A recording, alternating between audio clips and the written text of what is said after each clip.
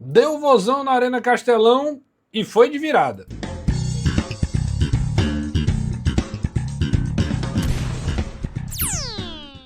Meus amigos, vitória alvinegra por 2-1 numa partida com dois tempos distintos. É bom que se diga logo de cara assim, dois tempos onde um Fortaleza dominou, outro foi o Ceará que dominou. No fim das contas, o Ceará acabou sendo mais eficiente quando esteve na vantagem do jogo e viu o tabu que antes era de 14 jogos, agora são 15 partidas que o Fortaleza não vence o seu maior rival. E na temporada, mais uma vitória alvinegra, mais uma vez o Ceará consegue um resultado. E hoje, né, mesmo não sendo o favorito para o jogo, se você vê o vídeo que eu gravei antes do jogo, eu falava, para mim o Fortaleza só não é mais favorito porque não tem Brites, Pierre, Rian e Luiz Fernando, porque senão ele era extremamente favorito. E ainda assim, o Ceará sai de campo com a vitória 2-1, naquela que o Moza chamou de uma das vitórias mais emocionantes e mais importantes da sua vida. Só para você ter uma noção do que representa essa vitória para a equipe do Ceará nessa competição na Série B do Campeonato Brasileiro. O Ceará que vinha num momento bem de instabilidade, mas que a vitória obviamente dá uma outra cara, né? Dá um respiro para um trabalho que estava sendo extremamente questionado. Bom, basicamente é sobre isso que a gente vai conversar nesse vídeo, obviamente explicando, tentando comentar um pouco daquilo que foi o primeiro tempo, do que foi o segundo, a virada do Ceará e a importância disso para o campeonato. É isso que a gente vai conversar até o final do vídeo. Antes de mais nada, se inscreve no canal, ativa as notificações, deixa o like, dá essa moral pra gente, tá? Estamos crescendo rumo aí aos 15 mil inscritos até a metade do ano, até o final de julho. E eu conto com você, tá? Estamos indo passo a passo e a gente agradece demais todo o like, todo o hype e etc e tal, todo o engajamento aqui no conteúdo do canal, tá? Falar do nosso parceiro oficial, o Sicredi. Não é só dinheiro, é ter com quem contar, uma cooperativa que trabalha em prol do seu crescimento pessoal e também empresarial, né, do seu CNPJ aí. Se você está precisando dar uma guinada no seu empreendimento, o Sicredi é um parceirão que, além do dinheiro, além da grana, tem também a questão da cooperação e também da motivação junto com a galera que trabalha com o Sicredi, que pode lhe oferecer as melhores alternativas de negócio. Então, Renato, quero saber mais, estou curioso para saber. Aponta a câmera do seu celular para esse QR Code que você vai descobrir como é que o Sicredi pode lhe ajudar. Então acesse o site e confere todas as informações do Sicredi, beleza? Vamos falar sobre esse 2-1 da equipe do Ceará, uma virada importante na Arena Castelão. E por que eu digo que é uma virada importante? Porque eu confesso que quando eu olho para o primeiro tempo, eu tenho zero expectativa de que o Ceará teria capacidade de virar o jogo. Não, eu nem falo que o Ceará não poderia melhorar, que o Ceará não poderia crescer no jogo e tudo mais. Mas aí a gente lembra, o Moza escolheu não levar o Vina, não levar o Pedro Henrique, não levar o Richardson, o Juan Alano, por exemplo, e aí já faço um parênteses, ele sequer entra na partida. Então o Moza meio que escolhe tirar os medalhões e apostar nos garotos da base. Esse é o primeiro fato, né, que a gente fala sobre o Ceará. Então quando eu olho para o primeiro tempo, eu vejo um time do Fortaleza esperando, marcando embaixo o Ceará tentando sair, ficando mais com a posse de bola. Nos primeiros 5, 10 minutos era um Ceará com 70% de posse de bola e o Fortaleza tentando jogar no contra-ataque, jogando ali de forma mais reativa. E quando a gente olha para o final do primeiro tempo, é um Fortaleza que ficou menos com a bola, termina ali por volta de 40 e poucos por cento de posse de bola, talvez 50 de um, dependendo, variando de um site para o outro, mas ele termina vencendo o jogo por 1-0 com o gol do Mailton e finalizando mais a gol. Na verdade, o Fortaleza finalizou no primeiro tempo. Pelo menos umas 3, 4 vezes, o Bruno fez umas 2 defesas, a principal delas no chute do Mailton de fora da área. E teve o gol do Fortaleza. O Ceará não chegou. O Ceará não chegou em momento algum. Foi um Fortaleza que teve um domínio. Aí eu vejo gente, mas o Fortaleza jogou bem melhor no primeiro tempo. Não foi bem melhor, mas jogou melhor no primeiro tempo. Pode não ter sido brilhante, pode não ter sido um time extremamente envolvente, mas era um time mais organizado, um time mais confiante no jogo. Parecia que o Fortaleza estava querendo mais que o Ceará e a bola queimando no pé da equipe alvinegra, que não conseguia sair de uma forte marcação da equipe do Fortaleza. O que é que o time do Carpini fazia? Que o Carpini nem no banco estava o Stefano de Jean ao seu auxiliar. O Ceará ia sair jogando, o Fortaleza subia a marcação e obrigava o Ceará a tentar sair por baixo, mas muito pressionado, e cometeu alguns erros por conta disso, ou o Bruno quebrava a bola para a segunda linha, aquela velha tentativa de chutar, haver uma disputa e você brigar pela segunda bola. Só que o que é que acontece? O Ceará não tem centroavante. O Ceará não tem o Luca e o Wendel, os dois estão machucados e não tinha um falso 9 com uma estatura maior. O Moza escolheu o Fernandinho, a mesma estratégia que ele usou contra o Atlético Mineiro. E o Fortaleza ganhou praticamente todos os duelos. O Ronald, que não é um zagueiro tão alto e foi o escolhido pelo Carpini para jogar como central, junto com o Luan Freitas e o Gasal, inclusive o Carpini saca o Cauã Rocha, que não joga, né? Um fato curioso. O Ronald não perdeu uma bola para o Fernandinho. O Ceará ainda tentou sair, ficou com a bola, mas não conseguiu atacar, invadir o bloqueio ali. A defesa da equipe do Fortaleza ficou sempre esbarrando. Quando volta para o segundo tempo, o Ceará volta com uma mudança só, que era a entrada do Sanches no lugar do Fernando. Só que era uma mudança de substituição, mas a mudança principal o Moza faz de forma tática. Ele tira o Júlio César de volante, coloca ele como um terceiro zagueiro pelo lado direito, o Ceará fica com uma saída com o Júlio César, ele praticamente espelha o que o Fortaleza estava fazendo.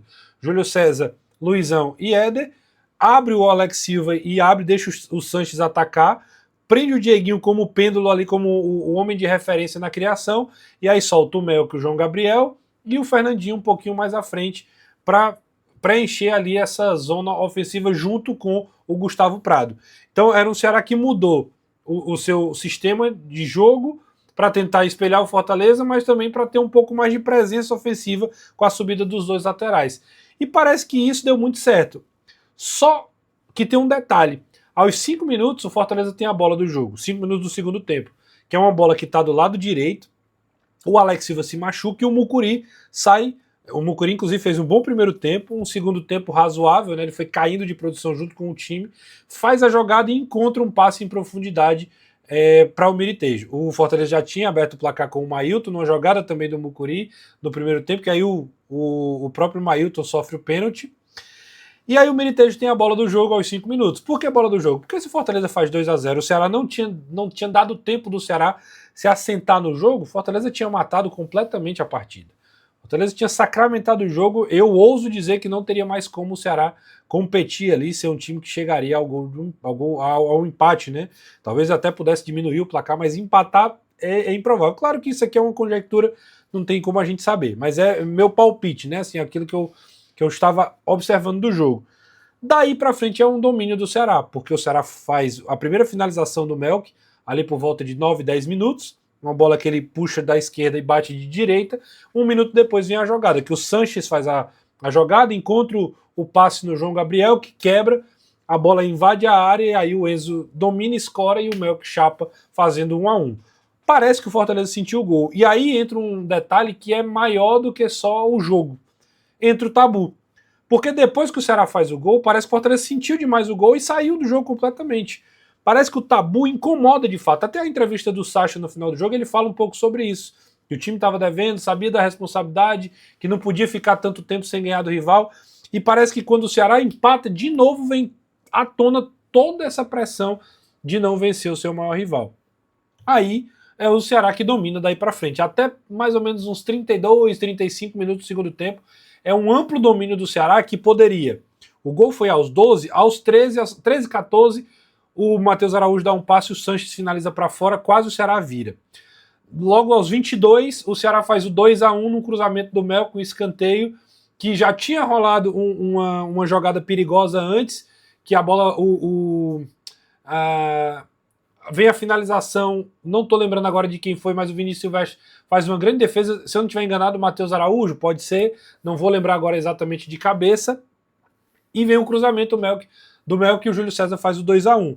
O Ceará ainda tem mais uma chance, e aí só depois é que o Fortaleza parece que volta para o jogo, quando o Carpini, né, o Stefano de Jean, coloca o Rodriguinho, tira o Vitinho, que não foi bem no jogo, aí o Fortaleza volta a tentar competir. Ainda teve algumas finalizações, obrigou o Bruno a defender alguns chutes de fora da área, alguns cruzamentos, mas já não com tanto perigo como havia sido logo no começo do segundo tempo.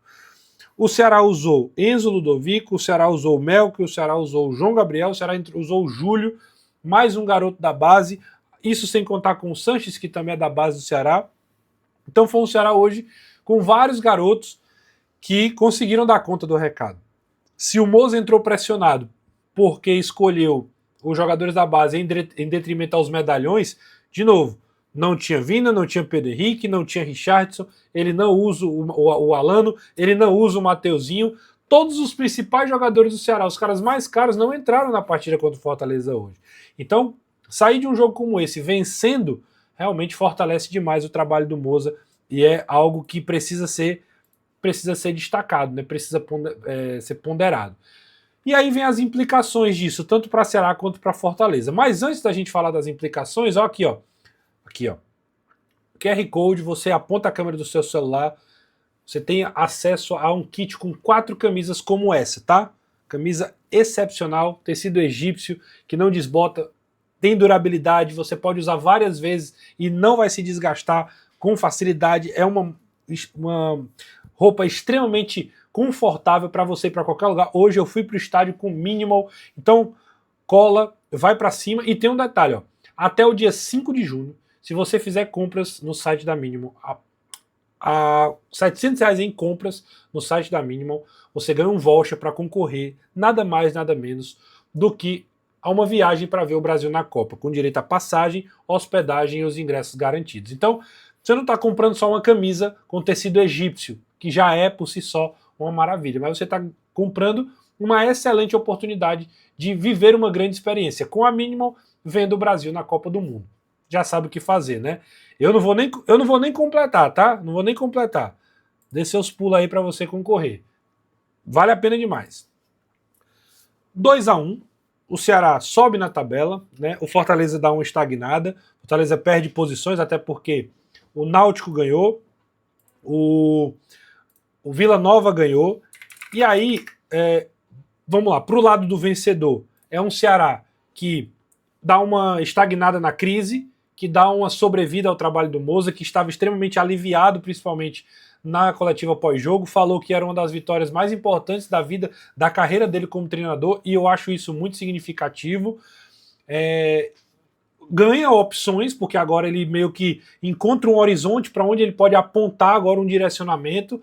Talvez os medalhões vão ter que correr, suar muito a camisa para poder ganhar espaço, até porque a informação não é de afastamento, é de realmente utilização por desempenho. E ver os garotos da base surgindo, ganhando opção ali, né? O Enzo, por exemplo, já é o segundo jogo que ele entrou contra o Atlético, entrou contra o Fortaleza, mais um jogador que pode ser utilizado, né, das categorias de base. Parece que o João Gabriel ganhou a posição, enfim. E sobe na tabela, como eu falei, né? Final da rodada, o Ceará é nono, tá com 13 pontos, empatado com Criciúma, Novo Horizontino e Goiás. Goiás que é sexto. Dos times que tem 13 pontos, ele só está à frente do Juventude, que é o 10º. Mas já volta de novo para a primeira página da tabela, com a mesma pontuação do sexto colocado, que é o mínimo, né? O mínimo que precisa ser feito para chegar na próxima fase. Pelo lado do Fortaleza, Fortaleza dá uma estagnada, está em quinto lugar com 15 pontos, vê o São Bernardo passar, o Náutico passar, o Sport, que perdeu para o CRB em casa, também dá uma travada. O Vila e Náutico acabam sendo os dois times que conseguem ir muito bem nessa rodada.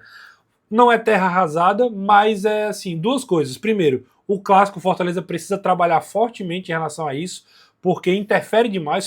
O Fortaleza parece que não pode tomar gol do Ceará. Quando toma gol do Ceará, se desestabiliza.